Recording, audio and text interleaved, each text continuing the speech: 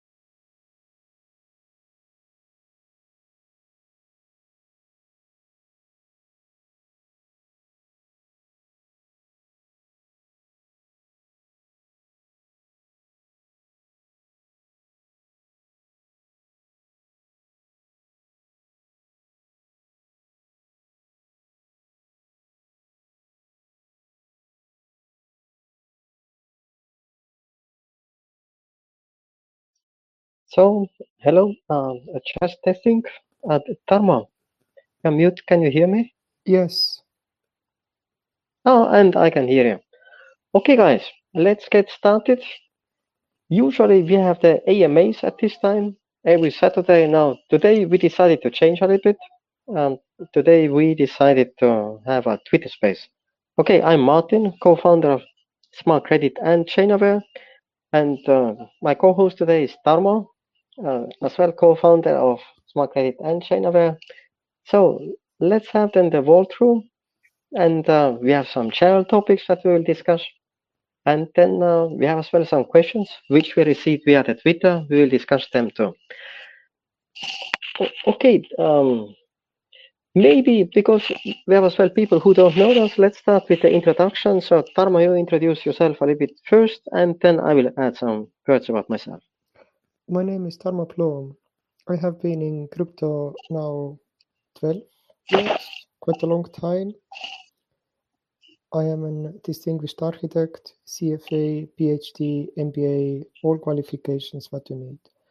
And our dream is to build up a banking solution for blockchain. Not something that is just copy-paste DeFi, but real banking solution.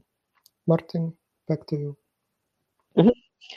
Okay, and I'm the co-founder of SmartCredit and of ChainAware. So I'm CFA too as well. So Tarmo and me, we spent 10 years at Credit Suisse in Zurich. And okay, we are very thankful to the Credit Suisse and so for all the things that we learned in our Credit Suisse. It's a shame that UBS had to take over Credit Suisse, but that's another story. That's not today. So we learned so many things, and we're very thankful for Credit Suisse. And after Credit Suisse, then we started to work in a Web3 and SmartCredit. Okay, that's our baseline product, and from SmartCredit we got to then into the ChainAware. Okay, maybe Tarmo, we will have a fluent discussion. So maybe I ask some questions to you, Tarmo, and you ask some questions to me. Then let's see how it's going. So let's test it. Okay, Tarmo, do you want to speak of the idea of SmartCredit, or should I start with the SmartCredit? Okay, I start with SmartCredit, and please, Tarmo. Yes, start. Can you start?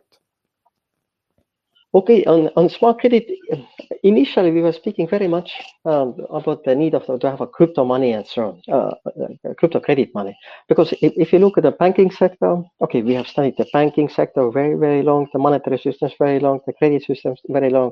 This has been kind of a hobby.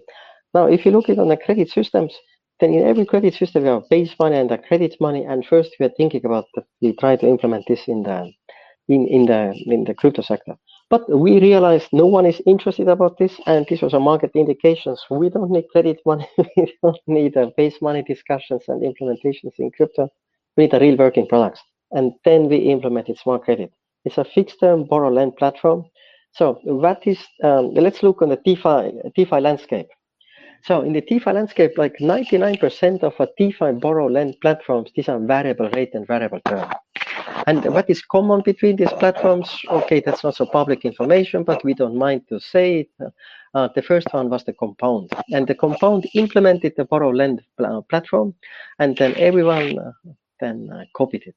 Aave copied it and modified it. I think Aave is not saying it very loud that they copied it, but they copied it, and most of other platforms copied it too. And so it happened that DeFi is a very much variable rate and a variable term, but we are CFAs. We are coming from the real banks. Now the real economy is not working with a variable rate and variable term. The real economy is working in the fixed rate and the fixed term. Why? It's a simple reason, because you need a predictability. And that's a smart credit. So it's a fixed term borrow lend platform. It's a predictability for the borrowers. So, okay, for the lenders, we have a fixed income funds. And what is a fixed income fund? So practically that you mix your maturities. You have a borrow, you have practically different maturities. Different maturities earn for you different interest rates, and you mix them. So if you're going more long term, you get a higher rate. If you're going more the short term of the curve, you get a little bit lower rate. So that's a fixed income fund. And for the borrower, we have fixed term and a fixed interest. And that's a smart credit. And then from smart credit, we developed there as well a credit scoring system, because in a fixed term, actually you need a credit scoring system. Now, you don't need a credit scoring system in a variable rate and variable term borrow lend systems. There are very simple reasons, because the systems are over collateralized. And if it happens, the borrower needs to be, okay, it's not meeting his obligations. Okay, there's no term in variable rate, variable term system. So that means if a borrower's collateral value is sinking too much, he's just getting liquidated. So you actually don't need a credit scoring systems for the variable rate, variable term, but you need them very well for the fixed rate, fixed term system. So we developed a credit scoring system, and then we realized, okay, as it happens very often that as a part of our credit scoring systems, we developed as well a fraud system. Fraud detection system, because if you're looking at the credit score, what is a credit score? Okay, the ones who have worked in a banking, okay, we have CFAs, Tarmo is a CFA, I'm a CFA, okay, CFA is a chartered financial analyst. So if you've worked in a banking, I mean, not in a back office somewhere, but if you're really working at the core business of the banking, because let's face it, if you look, for example, in Credit Suisse, you have one employee in a front office and 8 employees in a back office. So many people say that they work in a banks, but this doesn't mean that they actually know how the bank is working. Now, if you work in a core business that you know how the bank is working, then a credit scoring is de facto built a lot of cash flow analytics, and then you have supplementary algorithms. Oh, and Tarmo, you have built several credit scoring systems in the past. Maybe just say some about this other credit scoring systems. I have built for Credit Suisse 2 credit systems, full credit systems. These are very large scale software. And Credit Suisse never wanted to go over to a more advanced algorithms. And what we have implemented in credit score in smart credit is something which is more powerful than currently big banks have, and it is more precise. And we're using the standard like a cash flow algorithm. We look at cash flow inflows, outflows, but we developed a fraud system. So because the logic is, so if the address in the borrower is a fraudster, then independently of his cash flow statement, how good is the cash flows, like regularity of cash flows and so on, like a regular cash flow algorithm for the credit scoring, he will get a bad score. So, and then we realized the fraud scoring can be used very, very easily as well for the fraud detection. And this was the moment when we created a ChainAware as a separated application. And de facto, we launched it. I think it was like the beginning of February last year. We launched it. Okay, we used before another name, and then we made as well a community. We got a lot of community involved, and actually the name ChainAware has been proposed by the community. And these were the first products of a ChainAware. Okay, the first one was a credit scoring, then the second one was the fraud detection, and the fraud detection system that we use, the credit scoring. Okay, we worked on this pretty long. It's all AI driven. It's a real AI. Okay, let me just jump into this topic. What means real AI and what is not real AI? Real AI, artificial intelligence. We mean with this, you have to develop your models. Now, there's a ChatGPT. Then a lot of platforms. In the CoinGecko, we have tons of so-called AI. I'm using the word so-called AI products. And what they're doing, they're just doing a wrapper around about the ChatGPT. But doing a wrapper around the ChatGPT does not mean at all that you're doing some AI models. Actually, they're using some other sky AI models, which are then linguistical AI models. Now, we trained our own AI. We trained our own AI models, and initially we had a little bit less like a fraud prediction. We had like a 60-70%, and we got it. And then it took quite a long time. We got to 99%, and then we got to 92%, and so it was growing and growing and growing, and now we are at 98%. That means practically all fraud detection system can predict the fraud, AI-based, 98%. And now people are asking us, how is it possible? How is it possible that we can predict the fraud by 98%? We say very simple now. Very simple. Let me make an analogy. Let's go into traditional finance. In a traditional finance, if you are looking at fraud detection, there are two big areas. The one is so-called AML area, and in an AML, it's again a standard algorithm. Okay, the people who have worked in a core business of the banking, they know this standard algorithm. So it's like a weighted illicit funds flow to the accounts, or meaning to the wallets. So, and that's a very much standard algorithm, and this is working very good in a traditional finance. But in a traditional finance, you have as well a second pillar. It's always two-pillar system. You need always a backup system, and that's a transaction monitoring. Every transaction goes to transaction monitoring, and it's so simple. 100% of transaction monitoring systems in a traditional finance, they're AI-based, and it's a pattern matching. That's like if illicit funds flow, meaning AML is a tracking of the illicit funds, the not so good money flows through the system. Then the transaction monitoring is focusing on the fraudster patterns, because it's so simple. If someone is a fraudster, he knows very well that he cannot use so-called black money, the bad money, but they are using certain patterns. So maybe some beginners are then using the so-called bad money to do the transactions. But if the fraudster gets a little bit experience, and we're dealing in a world where there's so many experienced fraudsters, we need a pattern matching. We need a pattern matching. Martin, maybe let's add what is the size of fraud currently in blockchain, and when we. Oh, you have the numbers. Yes, I have numbers. We call it hacker's fee. And when we take TVL currently in DeFi, hacker's fee per year is around 2-3%. And what it means is you put your money in, maybe you get some variable rate, but your average hacker's fee you pay on hackers because systems are not secured is 2-3% per year. And what we offer is a technology that you can identify, is this anonymous guy who is owner of the address, is it an hacker, is it a fraudster, or is it a trustable partner? And this is what our technology allows. We have analyzed many hacks and rug pulls, etc., etc. And we recognize hackers, and but what we can do against this hacker's fee is if everybody would start checking their partners, ask their Ethereum address, and run it out through our fraud analytics, he could identify is it a fraudster or not. And if it's a fraudster, then please don't do transactions with these guys. It's no sense. They will rob you. And this is now complete change of paradigm. But what we often say is that blockchain is anonymous, and we need this 2/3 or half of people have to behave correctly. But What we can say is exactly who is behaving correctly and who is not behaving correctly. And this brings the whole blockchain to the next level. It is not just an average 2/3 have to be correct, or half of people or participants have to be correct, and all the blockchain can sync. We can say who are the bad guys.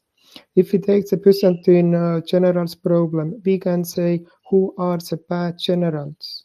This is what our algorithms allows. With our algorithm, we can regenerate trust for all DeFi. If you take two investors, yes, you can earn on Ethereum 0.17% annually, but your risk of hackers' fee per annum is 3%. Nobody's going to invest. And this current solution, what we have is you make audits. You make 2 audits, 11 audits, some make 17 audits, and you think they are secure. No, they are not secure. There is mathematically no possibility in a real-time system to prove that a contract is secure. If you want to make a secure ecosystem, what you need is to include fraud detection. Who are these bad Byzantine generals who will betray? Who are the bad guys? And our technology allows the identification of bad guys. And what it means is, now it was last cycle that we had in crypto. There were many new guys that entered DeFi, and they got robbed, and they saw hackers' fee, and they just left. So this is how DeFi itself destroyed it. And now technology, what we have, fraud score, what we can do is we can restore trust in all crypto sector. Martin, back to you. Yes, that's the big picture. Why we need the fraud detection is to bring back trust to DeFi. It's so simple. And the hackers fee that Tarmo just mentioned, we have to visualize it. It's like 2 or 3% of TVL is the hackers fee. It's per annum. It's not per absolute. So how do we? Let us make one more example. Okay, I'm jumping one of the next products that we launch. Okay, we announced this in our Telegram channel. I think last week we announced this on Telegram channel. We're looking much more on the rug pulls now. Okay, rug pulls are maybe less a topic on the Ethereum because Ethereum transactions they cost now a little bit more, but they are very much topic on the pancake swap. Now I can just visualize for you an experiment. Now, if you're going on the factory address of the factory version 2 of the pancake swap, and if you're looking then on how often the new pools are created, just look how often the new pools are created. You see, like every minute, every second minute, the new pool is created. But that's not an issue. Look on the duration of these pools. And you see these pools are like 1 hour, 2 hour, 3 hours, rug pull, gone. 1 hour, gone. 2 hours, gone. 15 minutes, gone. So we see, and there are so many people who enter the chains which are like with less transaction costs. On the Ethereum, okay, we like Ethereum. We like the Ethereum now, but Ethereum now, we have the transaction cost pretty high. So that means a lot of people who are joining on the network, they're starting on the chains, which are the lower transaction costs. Binance Smart Chain, PancakeSwap. And here you are, and you're just running into the rug pullers.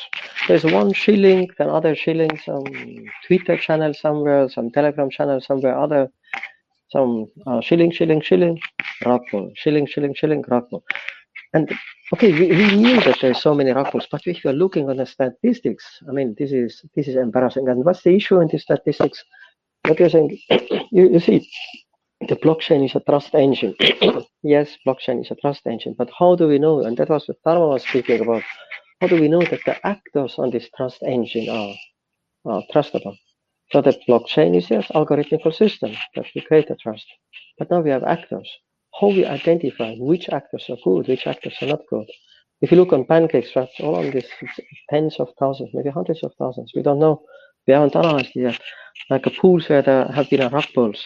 So, but now what happens if you're more experienced in a DeFi, if you're more experienced in a Web3, then you kind of know these stories. You know how to protect yourself. Like you're more aware. But who are these experienced people? Like a 5%, so plus minus maybe less, maybe a little bit more. But all these newcomers, they will run into these rug pulls directly. Yeah, okay, that's the fraud detection. That's bring back trust into the crypto, bring back trust into the DeFi. And let's add it. Our system is free to use. ChainAware fraud detection system is free to use.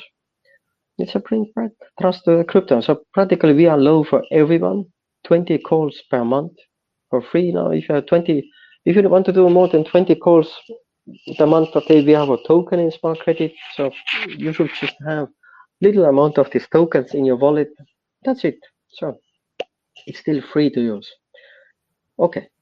Maybe Tarmo, you had some more comments on the fraud system. Yes, I just want to emphasize it. It is complete change of paradigm. In blockchain, we say trust is generated by algorithm, and we can have based on algorithm, based on blockchain, then 1/3 or 2/3 who are bad guys. What we can do is we can say who are the bad guys. We can say don't transact with this address or don't use this contract. And if you see now where the industry is working or how the industry is working, we spoke about it. We have that we do all the smart contract audits. It's mathematically impossible. If you want to have security, you have to check addresses. And then we have all these companies, Chain Analytics or what they are named, huge investments. They do static analysis. You can recognize 2 days later it was a fraudster, but you lost your money. And what happens is all these people who come into crypto, all these new buys, they run into rug pulls, they run into fraudsters. And then later we think, oh, why is crypto not growing? Crypto is not growing because we have so much fraud in crypto. And technology what we have is we can eliminate fraud. We can put it in every wallet. We can put it in every website, Etherscan, PCScan, etc. And it shows just for every address, what is this address actually? Is it bad guy or is it transactable guy? And this will change crypto and bring back trust. Okay, Martin, back to you. Exactly. And now let's look in traditional finance. The regulator is saying very simple. You need both systems. You need AML system, meaning illicit funds flow, and you need as well in the same time transaction monitoring, meaning the pattern that you find is more experienced fraudsters, like 80% of them, you find together transaction monitoring. Now let's go to the crypto. Now in the crypto, there are no transaction monitoring systems. Because what happened in a crypto, there were central finance exchanges and Chainalysis and CoinFirm and the others. They did all the analysis for them, but it was all the AML algorithm. Yeah, this was okay for the the CeFi companies. No, but Web3. In a Web3, we had to be real time. We had to be on chain. We cannot have delays like 1 day, 1 week, or whatever. On chain, real time, very fast reaction times. I have an address. Do I interact with this address? Yes or no? There is another address. Do I want to interact with this address? Yes or no? We need a real-time system. So we need a on-chain, like a real-time analytics. But all this industry went fully onto this AML algorithm because why? It was a little bit easier to implement. So just illicit funds flow algorithm. It's nothing complex. Can be implemented. Martin, it's the same like with DeFi. DeFi went into variable rate, what is actually not needed in real economy. And analytics in blockchain went into the static analysis where you can get the results 2, 3, 4 days after event happened. And we see like 2 cases where industry has went into wrong direction. And these wrong directions, they reduce usage of crypto. They reduce. Yeah, just wanted to mention. We see it in crypto, in DeFi, that DeFi went into a product that is actually not needed in real economy or not needed even in crypto economy. We see it in analysis of transactions, it went into this paradigm that you get your results 2-3 days later. It is not helping people who join crypto. And if you want to have vision of crypto, and if you want to have more users, you see in SmartCredit we offer a product that is really needed by real economy. And in ChainAware we offer a product which can bring back trust into crypto. Okay, Martin, back to you. Very good point. Let me just reiterate this thing, like the analogy between the DeFi and all this of fraud detection. Now in DeFi, like 99% of the DeFi borrow lend is a variable rate, variable term. Okay, all of them copied with compounds, and then someone of them changed this compound internal utility function, like some famous project with R on the beginning. The compound utility function was just a linear. They used the two linears, and this was the major innovation. Okay, well done, nothing else to say. No, but it's a variable rate, variable term. Now, if you work in the banks, if you work in a real economy, you don't want variable term, you don't want variable interest rate. So, variable term and variable interest rate, these are special products for the investment banking. These are special products for the traders. These are special products for the people who know what they're doing. For very highly educated people, if you have variable rate, you have very high probability of loss.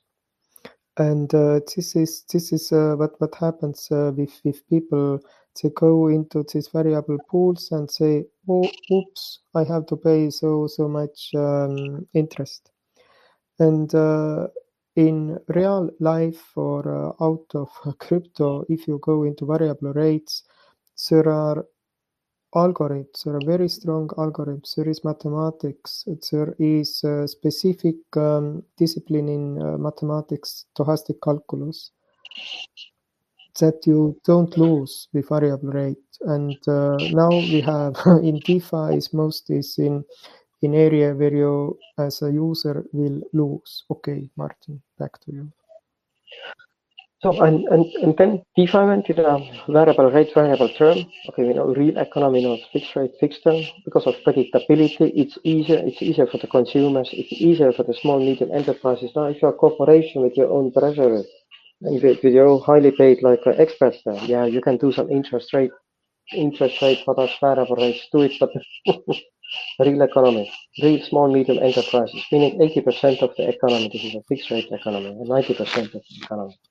Now, if now people who have the mortgages, okay, yeah, some can say that there are variable rate mortgages, but even your mortgage is then fixed for the 6 months, and every 6 months it's called refixing. You get a new rate, and within these 6 months it's still stable. But let's trace back. So, particularly what happened in DeFi went to variable rate, variable term. Okay, why? Because it was easier to implement. So simple, it was easier to implement. The real economy is fixed term. Now let's look now on the fraud detection thing. Because there was a company like a ChainAlysis, and you know about ChainAlysis, you know the license is pretty expensive, but that's not an issue here because ChainAlysis it's kind of their marketing slogan is like FBI, meaning it's Federal Bureau of Investigations or whatever it's called in the United States, and then IRS, the tax office, then in the United States they accept and their kind of AML on whatever analysis. Now. And that was the very strong marketing argument. And with this, they blocked the full development of the market. They focused very much on the central exchanges. And then central exchanges, you know, if you deposit funds, you know, with the analysis, there's no need to have it real time. You have it later. And compliance analysis, this all can be later. There is no need for the real time. And so why it went this route? Because it was easier to implement. So in the same way as in a DeFi it went variable rate, variable term, it was easier to implement, but real economy works fixed term, fixed rate. Now in the fraud detection system, it went very much then into this AML algorithm. This is not real time. And what happened that these fraud algorithms, they were not public for the people to use.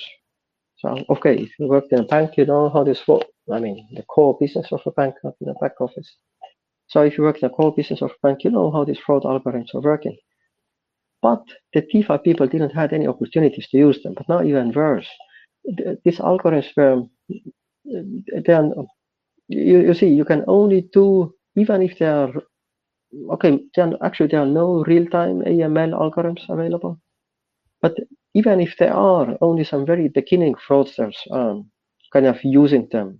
Because why? Because if your money is so-called tagged money already, if your wallet is tagged, don't use the wallet, the tagged wallets. You just bridge to somewhere, you bridge back, and here we are, you clean wallet. So that's why the transaction monitoring systems.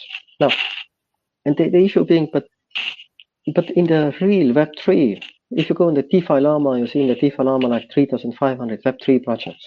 But DeFi Llama is just one of the indexes. Probably there are tens of thousands of Web3 projects now. And all the users of a Web3, how did they then detect the fraud systems, the fraud wallets? Which tools they had? Very simple, they didn't have any tools. Okay, now some tools have emerged which are then applying the AML algorithm. So more like a pre-calculated AML algorithm. Okay, but you need a real-time analysis. You need a real-time as well as transaction monitoring. And this all has been missing for the Web3 sector. And what Tarmo just mentioned before. And that's one of the reasons why we have this 2% annual fee for the hackers from the TVL. So, because let's look at, so you can do as many smart contract audits as you want. The system is dynamical. You need to analyze the addresses which are interacting with the smart contracts. If the addresses are bad, okay, you can set the level for which percentage they're bad, be it 50% or be it 80%. So, and you will get a much secure systems. Mm-hmm. Now, if you're looking at the security systems, the security system is not a single layer system that I did my smart contract audits, now I'm clean. The security system is always like a multi-layer network. There's a first network, okay, it can be like a software audits, but there's a second layer, there's a third layer, there's a fourth layer. Now, what we're speaking in a Web3 and the DeFi, all these other layers, that's kind of standard in a banking, in a traditional banking, they're missing, they're not there. There's just this initial layer. We have smart contracts, they're audited, bingo, let's use them. Yeah, but to build a real security, it's a multi-layer. Now, okay, back to ChainAware, it means in our case we have an API. Tarmo, maybe you want to add some words about the API? Yes, you can integrate API into every wallet, into every application, and it is very fast API. All what you need as an input is address and chain, and you get results on average by 1 second. So, and it is calculated by latest data, the result. And if you take now this result, then you know real time is the other guy or is your partner or anonymous partner, is he fraudster or is he real user who has interest to do a transaction. And this is what our technology allows.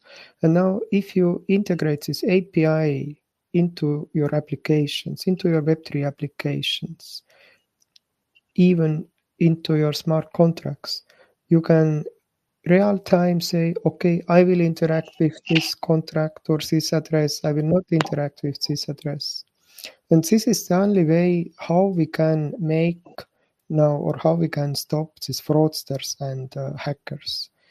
The audit way what Martin just described, if there is only one way how you can make audit 100% secure, it is if you audit all contracts in the blockchain. And this is not possible. It would be only way by audit approach to make contract secure. And as this is not working, then the only other option is we need real-time check who is my partner. Is he going to make some dynamic hacks and bring my contracts down? And there is no other option. And unfortunately, what we have now is that in blockchain industry and in DeFi, We have people who have been trained mainly in a way of thinking that they can't think often in a big picture, and they don't see dynamic systems. And I have discussed it with a number of people, PhDs from ETH, and so they still believe it's possible. And when I draw to them on paper, it's not working. Then they don't want to recognize it's not working. And this is the reality.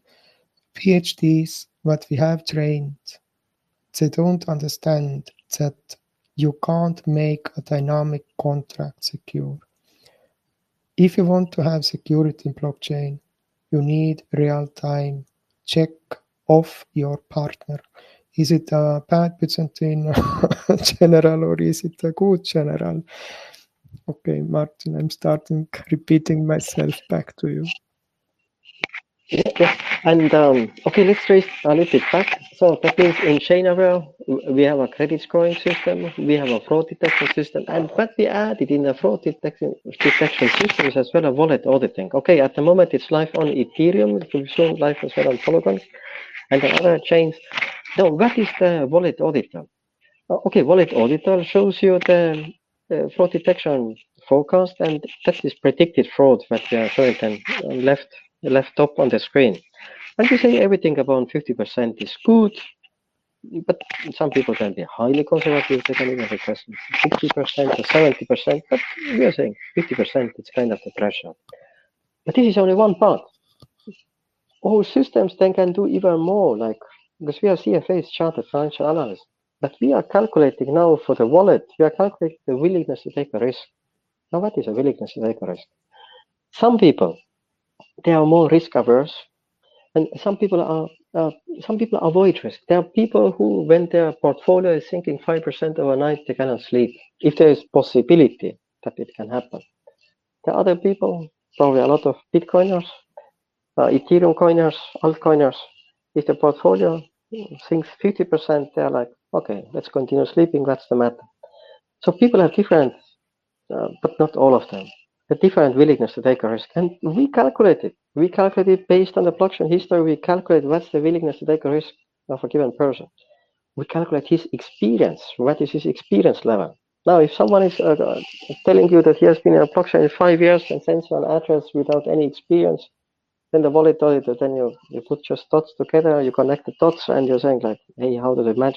5 years in a chain, and you're sending a wallet, and you have no experience in this wallet. So we have as well intentions.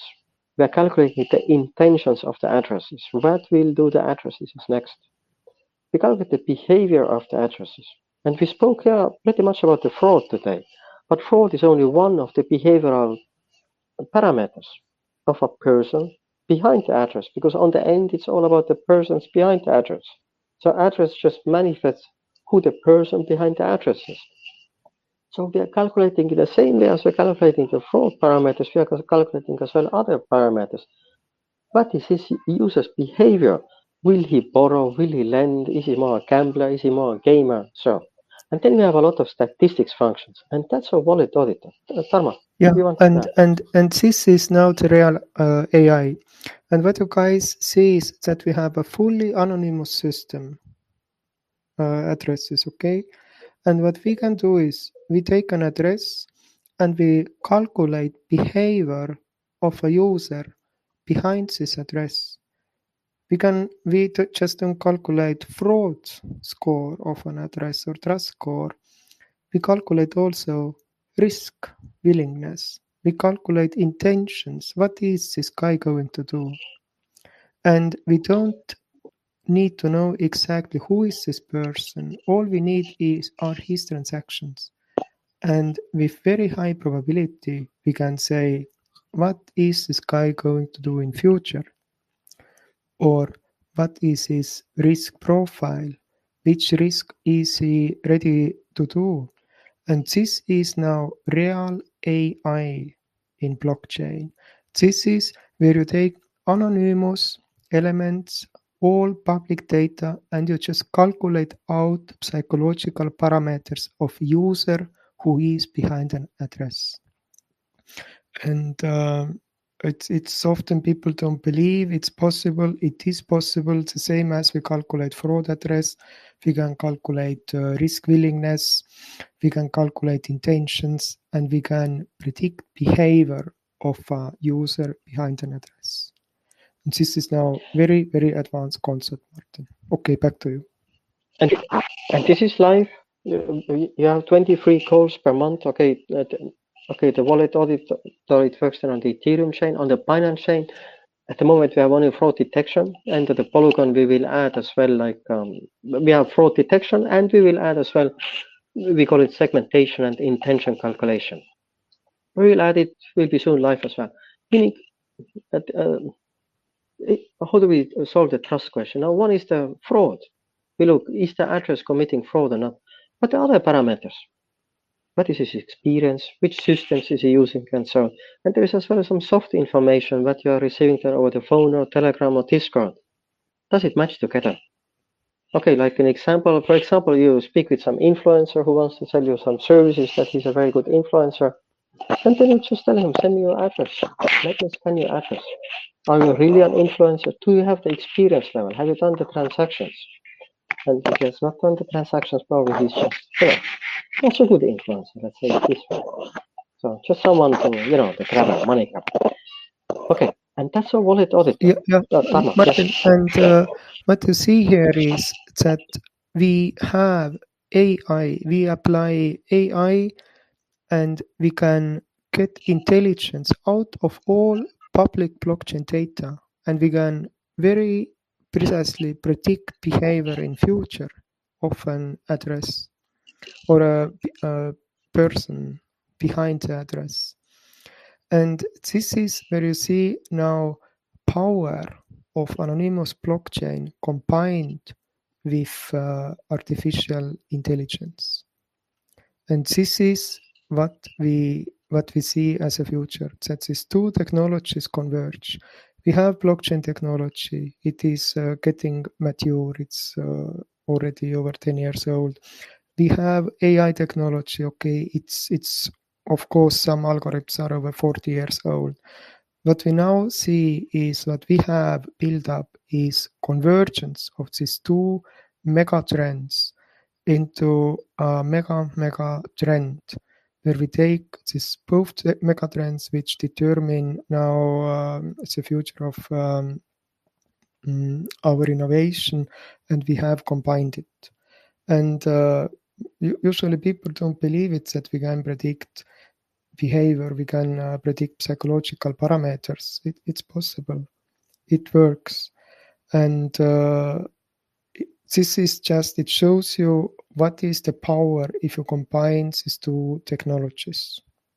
Martin. Yeah. And yes, and if you're searching for the AI and blockchain, if you go on the CoinGecko, you will find in the CoinGecko AI list tons of AI projects. And we did once even an analysis. We looked on everyone who had a market cap higher than us, meaning SmartCredit higher than SmartCredit. At that time, there's 40 projects here in the AI list whose market cap was higher.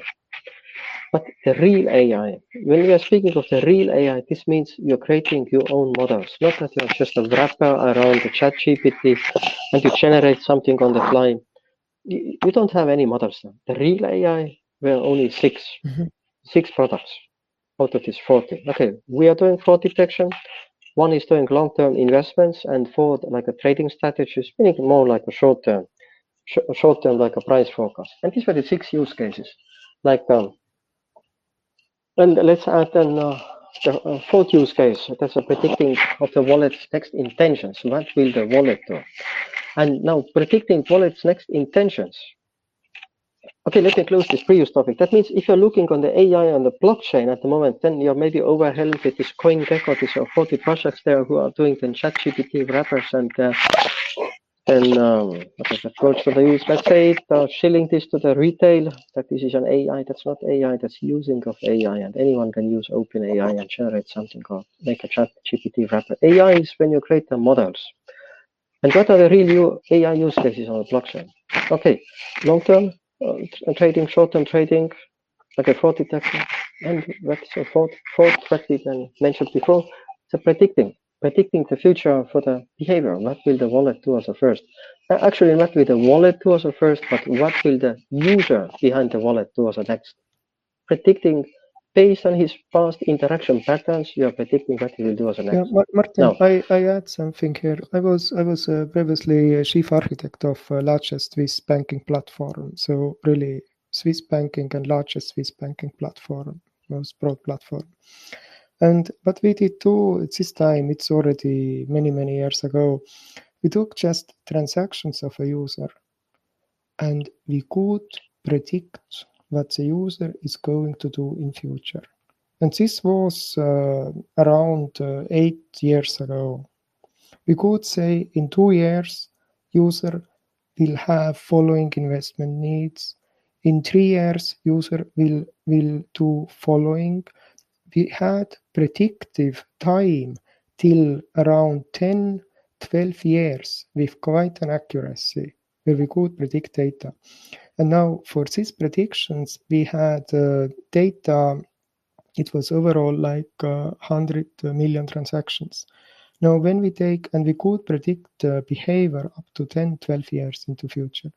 Now, when we take a blockchain, and when we have data from blockchains, very small transactions, and it's 100 million transactions, we can predict future more precisely than banks do today. And we could say mortgage request will come this time guy or a woman will do trading, this time they want a car loan. We could predict it. And now what we do the same for blockchain. We predict the future. And what is different now in blockchain is that it is not just 100 million transaction. I trained algorithms 8 years ago as chief architect. What we have now are transactions amounts which are higher. It means your prediction power is significantly higher. You know, models, the more data you put in, high quality data, of course, the better your model will be. And this is the blockchain. And the real blockchain revolution is when we start now using this data and start showing what can be done with this data. Martin, back to you. Mm-hmm. And now maybe some people are saying that it's not so good that we can analyze this data. But let's say it in this way. Blockchain is a pseudo-anonymous. Now, how do you create a trust? How do you show to another person, you can trust me? You are on the Telegram, some influencers contacted you, selling his services. How can you trust him? Very simple. If you know what he has done in the past, if you know what is a prediction for him in the future, if he's a stable person with stable investment needs and so, running a stable business, you can trust him, you can cooperate with them. I'm getting approached like with very many kind of influencer guys via the Telegram and so, like, okay, that's not now an advertisement for everyone to do, but I'm telling what I'm doing every time I'm asking them, please go to a wallet auditor and share your address. Oh, okay, and that's where 95% of dropping. So, but that's a way now. If you have an economy, global economy, there are different participants. How can I trust the other guys? It's not only we started today speaking about the fraud problem. Now we had to identify the fraud because we had to need a solution. This 2% hack attacks. Okay, 2% hack attacks. We have a solution. But how do we create a trust on the blockchain? Okay, we have a trust engine. Yes, Tarmo, please. I want to add something from, again, a discipline, but it's not just mathematics or computer science, it's social psychology. And in social psychology, it is common understanding that if we have anonymous system, then people start behaving badly. It happens. And if you don't have a balancing power, we are speaking about human systems, then it turns bad. You know, Stanford prison experiment, you know, all these famous experiments. There are numbers of experiments which show if people are anonymous, they start behaving badly. And now when we come to blockchain, it motivates this internal mechanism in people to start behaving badly if they are anonymous. And what we offer are mechanisms to establish trust in this system where people can be anonymous. Martin, back to you. Yes. So when people are speaking of the trust engines, they mean usually the blockchain, that there is a trust engine which is doing this Byzantine algorithm, like a technical solution on this one. Yes, that's on the algorithmical level. But we have a trust engine as well on the behavioral level on top of this. So, okay, I just wanted to say, emphasize this thing. So, if you want to get people, let's trace a little bit back to the Web3. It's not only fraud detection. It's about how do I create a trust? How can I choose which partners I'm using, which partners I'm not using? With whom can I work together? With whom I don't want to work together? This is too risky. That's not too risky. That's good behavior. That's not good behavior. So simple. Give me your wallet address. I'm checking your wallet address. Do I want to work with you? Don't want to work with you? That's it. So meaning, you see, we started here speaking. Okay, seeing we are soon 60 minutes. We started to speak about the fraud and so on, but we got now on the much more general topic. It's a trust. How do we solve a trust problem? Trust is it's a human society problem. Very easily, we add transparency. We add the AI on the top of blockchain histories, and we know which addresses we can trust. That's what we're speaking of, the trust scores. But the trust scores, people are like, what is a trust score? But trust score is as well not only the fraud score. We look on all wallet picture. But different people trust different things, so we let people do the decisions. We just give the people the free calls. Okay, Tarmo, we got as well some questions here via the Twitter before. One user asked here some questions. Let me walk them through and let's ask these questions. Okay, I will take 3 questions only, otherwise we'll overrun too much. We'll repeat it. We'll do again the Twitter spaces, but just 3 questions, and let's try to stay on the 60 minutes. Question 1: what are the key advantages of utilizing ChainAware's artificial intelligence-powered Telegram bot to audit crypto wallets and transactions compared to performing manual address checks? Okay, we forgot to mention we have no Telegram bot. ChainAware has a full Telegram bot. Just go on the website, on the users directly, you see the Telegram bot. And in Telegram, you just start it, and you can do fraud check on any address. You can do wallet audit. Okay, wallet audit is at the moment an Ethereum. We add other chains as well. Why it takes time? Because we have to tag all the contract addresses. It's just a manual work, takes a little bit time. Now, why Telegram bots? Now, let's see, what are the user interfaces where the crypto people are, where the Web3 people are? Are they using emails? Are they sending the addresses via the emails? No, they're not. Everything is in Telegram. Now just imagine you get addresses via the Telegram, some influencer, someone else approaches you. You just say, hey, send me your address. You take the address, you validate it. Or you ask them, actually in ChainAware we have this feature that you connect your wallet and you paste your own address into the wallet auditor. And then you get a share link, but because it's your own address, this share link is like a unique, and you can share it, and it's a proof that this is your address, not that you take Vitalik's address and you share it. So that means we have a Telegram bot now, and people are working in Telegram.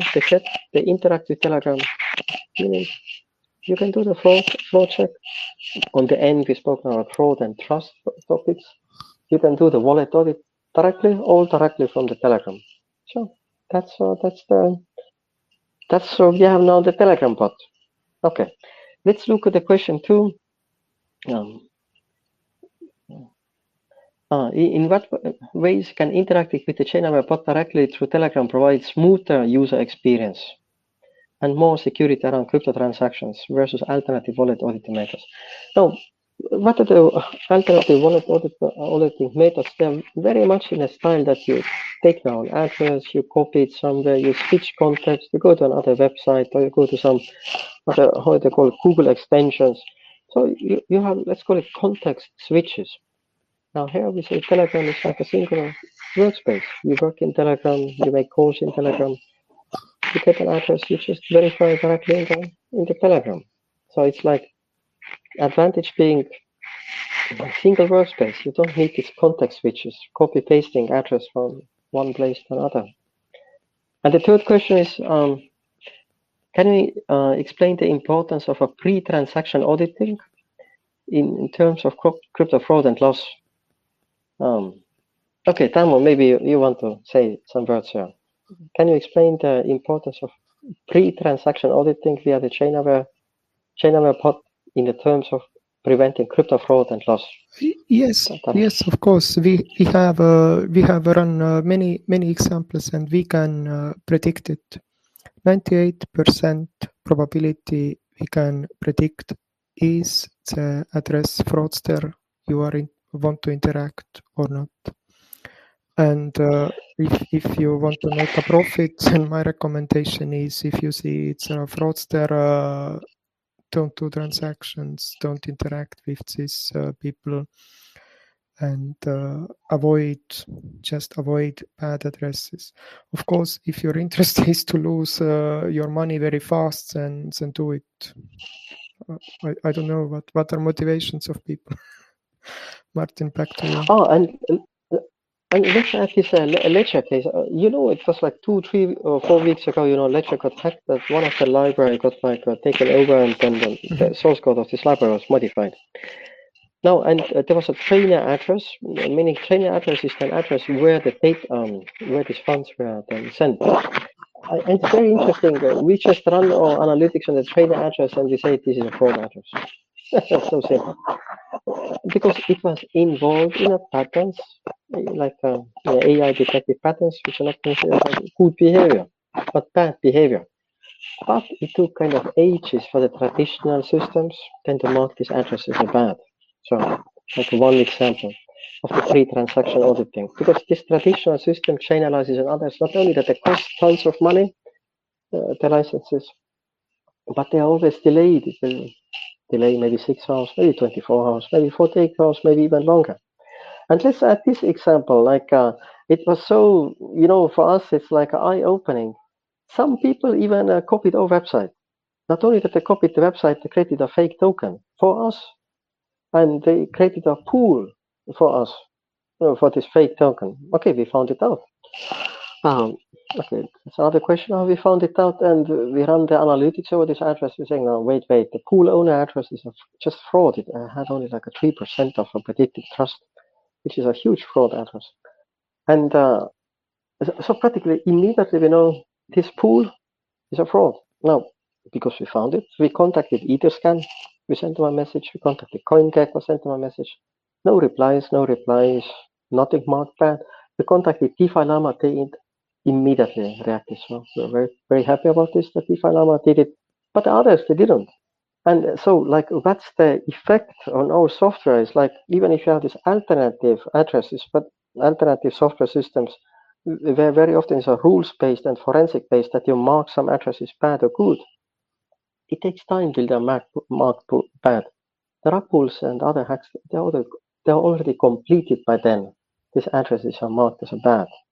In our case, it's an on-chain real-time pattern matching. So before transacting, for example, if you are interacting with some pools, look on the pool owners. After, if the owner has only 1 transaction or 2 transactions, look who has feeded this pool owner, and so on and so on. So. And you will see so much, like, can you trust this pool at all? Can you trust this address? Because in the traditional systems that we have in our Web3 and the CeFi, like, it takes ages till the addresses are marked. It's not good. So that's the importance of the pre-transaction, because the fraudsters are working fast. It takes ages of time, like, till these addresses are marked bad. So that's why you need a pre-transaction auditing. So. Okay, now we are getting to 60 minutes. Maybe just one last minute, then what are now the next products in a SmartCredit ChainAware ecosystem? Okay, in a SmartCredit, we are working now on one feature. Okay, because this feature at the moment is in a SmartCredit. At the moment, we are creating the loans on 5% liquidation probability. We are CFAs. We work on probabilities. We are not working on some hard-coded threshold levels. We work with the volatilities. So, and we are changing it now in the way that user can choose his own collateral and your position monitoring system. So this is one of the topics. And the other is the fixed rate leverage taking in SmartCredit. Okay, source code is in auditing. So we wait till the audit is completed. Now we had some little surprises with the curly network. Apart the curly network disappeared. It's a test network, so we are now to wait a little bit. And that's the second peak update in a smart credit. So we have this, we call it self-managed collateral is coming. And then the other thing is what is coming, the fixed rate leverage staking that we are doing then based on the leader. And on ChainAware, okay, we announced it that we are soon launching a ton support, so meaning that there is a fourth chain. And there are some more very, very important news coming in a ChainAware. We will announce them some other time, other days. Okay, Tarmo, I think we are now on 60 minutes, so we shouldn't overstretch. I think we should continue with the Twitter spaces. So usually we are very much in the AMAs and the Telegram at this time. So, but Tarmo, what do you think we should make a little bit more Twitter spaces? And yes, let's bring it in, and we have so much to say for community and explain the big picture, explain how the industry moves, explain where the industry is going, explain what happens in crypto. It is just our background when we have been 12 years in crypto and we have all our connections. We basically know almost everything what happens, and to share this know-how with community. Yes, because what we see in the Telegram, we are kind of limited because we are typing like a very fast, but yeah, if you're speaking, we can speak even faster than you are typing. Yes, it in this way. Okay. Okay, guys. Then thank you for the all listeners and who joined in the Twitter space today. And then please share it. Please share the recording. I think the recording is there as well. Like I think 10 minutes, in 50 minutes, it will be there. And okay, I think in some weeks we will have the next Twitter space. So if you don't join our AMAs in the Telegram, which are then we are typing very fast, then later still the next Twitter space then. So thank you guys. So talk to you soon. Bye. Bye.